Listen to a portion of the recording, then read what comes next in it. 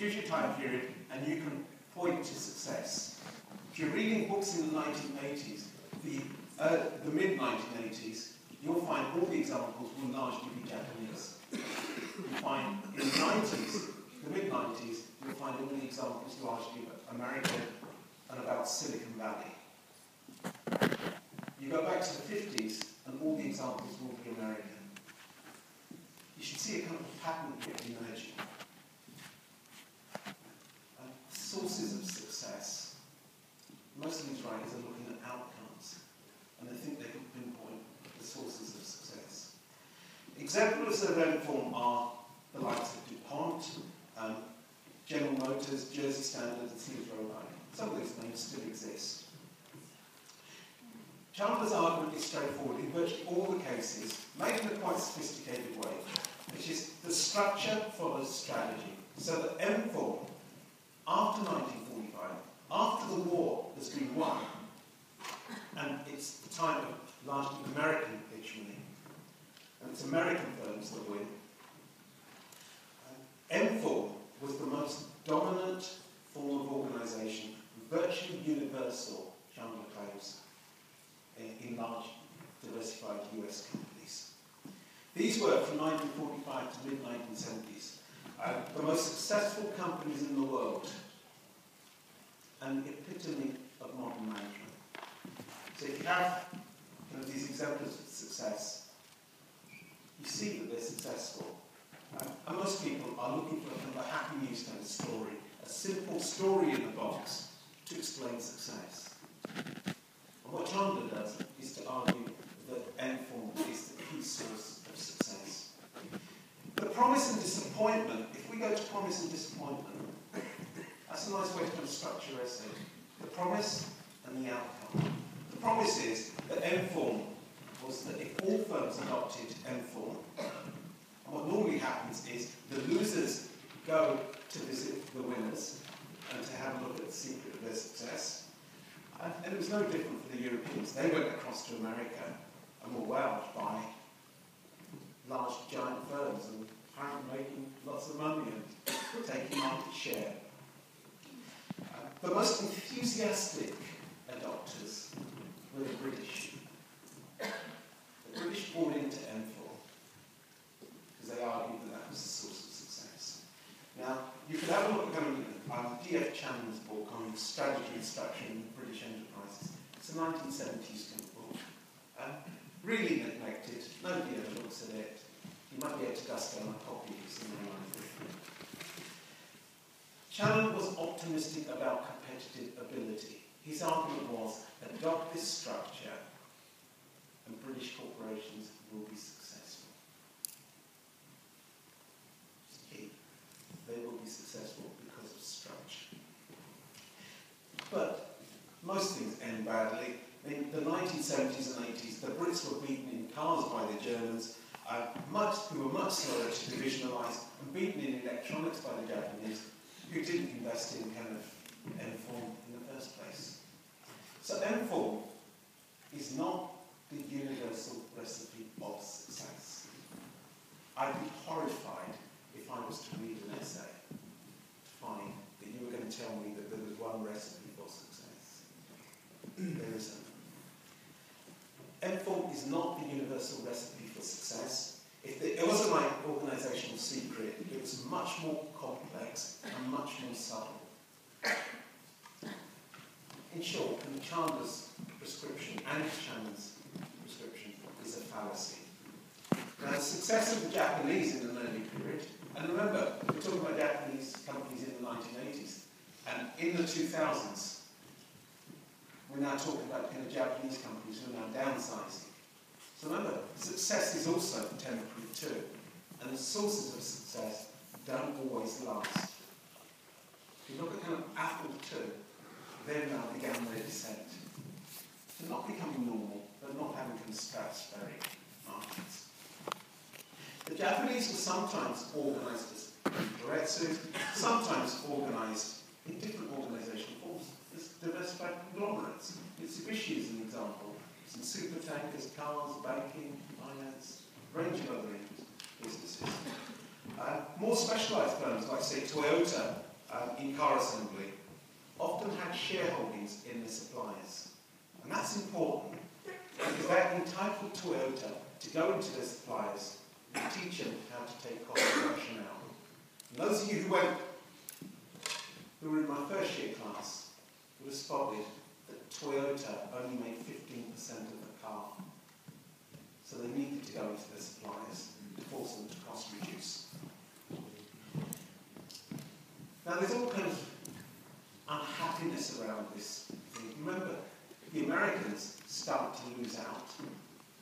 The Brits start to lose out. And with this kind of unhappiness, normally someone pops along and says, hey, I've got a new idea. And this is the source of success. I found the secret. It was first Porter, and then it was Pratt & Hamel. And let's have a look at Pratt & Hamel with a bit more detail, a EDI detail.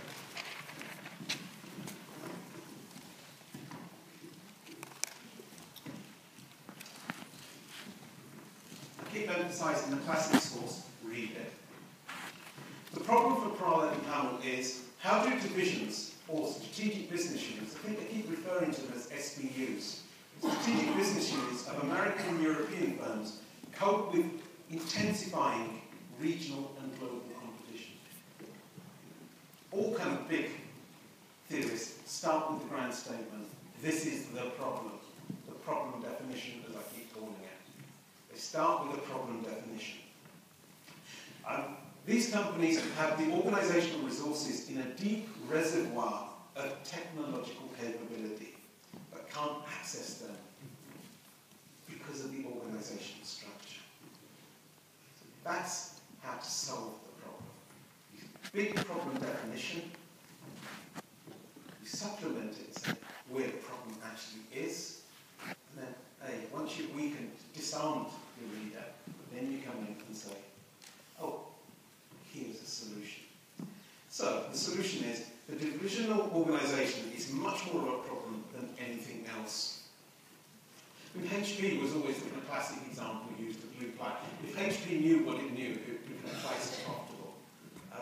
Sometimes there is a kind of a germ of truth in that. But he's the CEO. He should have actually worked that out ages ago. The divisions set up a bias towards incremental innovation. That's kind of a decisive point, in my opinion. That is, they iteratively keep developing the products, and because they iteratively develop the product, they can't make a giant leap into a new product. So they're into kind of incremental development, not radical innovation that creates new products. And that's kind of a nice way of setting up the argument. The solution is, don't think autonomous business units because it's an obstacle. Let's dump that because management is unable to conceive of the company as anything other than a collection of discrete businesses. So this company may own 7 businesses, but they do not consider them as an integrated whole. They consider them living in silos. So instead, they argue, tap into the company-wide competencies. And this is a quote, a direct quote. The real sources of advantage are to be found in management's ability to consolidate corporate-wide techniques and production skills into competencies that empower individual businesses to adopt quickly. The examples are always, you've got to provide examples because the readership looks and says, hey, not quite. But put in the examples that at first sight appear to work. So the example of 3M, which has many businesses and products, from post-it notes to Scotch tape to magnetic tape and coated abrasives. They share core competencies insofar as they combine substrates, coatings, and adhesives, and paper. So what, therefore, should top management do? And that's definitely not allocate capital. No point does do both authors ever mention anything about capital allocation.